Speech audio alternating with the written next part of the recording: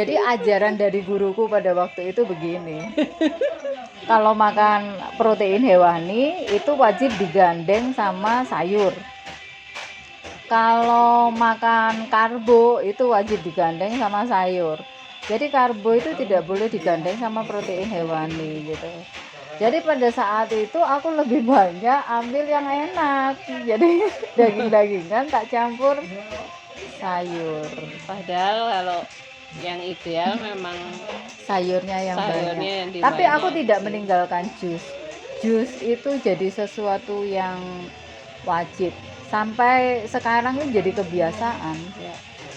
Apapun bisa tak jus. Brokoli Makanya kan udah bisa aku jus. pare Pare pun itu udah bisa, walaupun ya nggak enak banget. Tapi ya senjatanya itu kucurin jeruk nipis sudah selesai Soalnya masalahnya.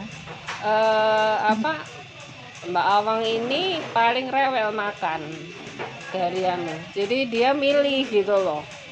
Sayur pun sekarang buktinya bisa minum jus. Jadi orang yang paling rewel aja bisa gitu. Jadi kalian pasti bisa.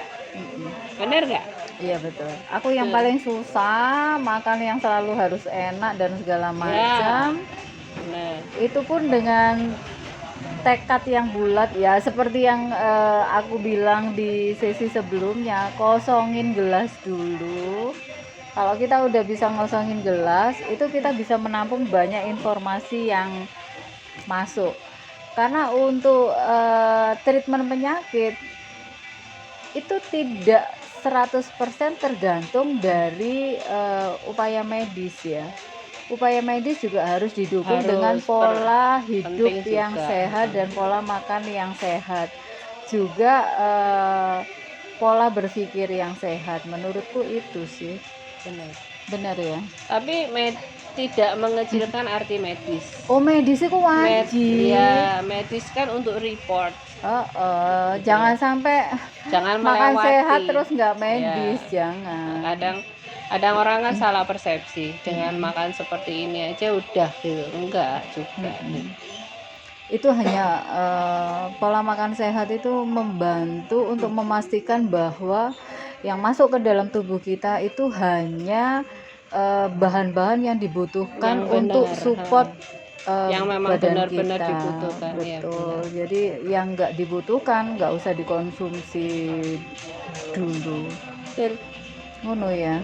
Ya. Kita jadi agak serius ya kalau ngomong ini. Aku ya takut salah kok. Nanti kalau ada ahli gizi atau apa gitu kan juga bahaya. Ini versiku ya, versiku dan versi Cin. Begitu ya. Aku juga dapatnya dari dia. Tahun berapa itu ya? 2000. Ya, saya kenal Mbak Awang itu kan awalnya dia kena serangan kanker.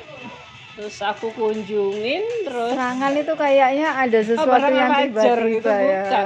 Kayak sesuatu yang tiba-tiba.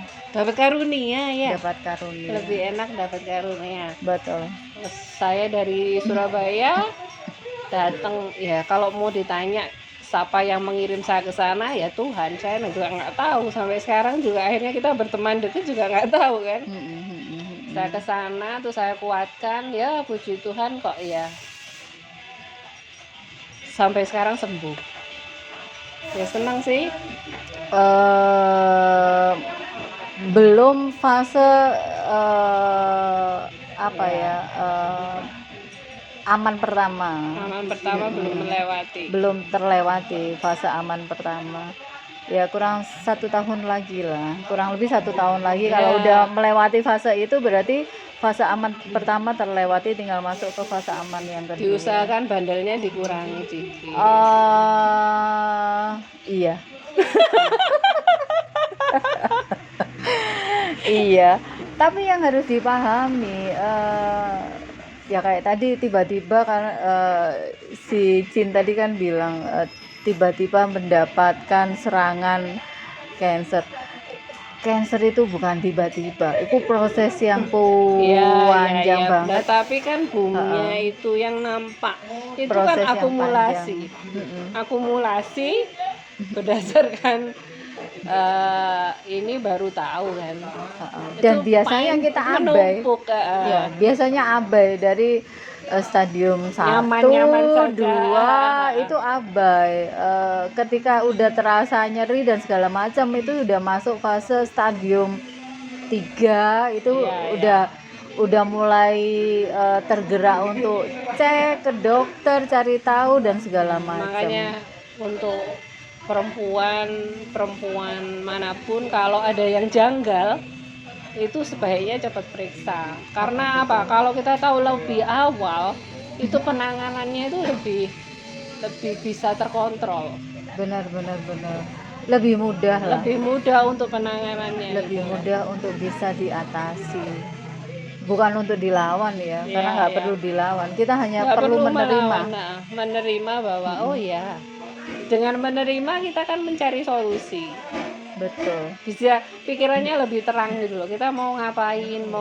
Kalau kita menerima, kita panik, kita nggak ngerti mau bagaimana, itu yang fatal. Betul. Karena- Dan banyak baca. Banyak baca karena banyak cari informasi. literasi itu banyak banget, apalagi literasi dari luar negeri. Itu sangat Informasi yang membantu. bisa dipercaya, bukan asalkan. Banyak sih temen tuh juga katanya ini. Saya sering bilang, jangan bilang katanya, berdasarkan penelitian apa, siapa yang meneliti itu harus jelas. Jadi Betul.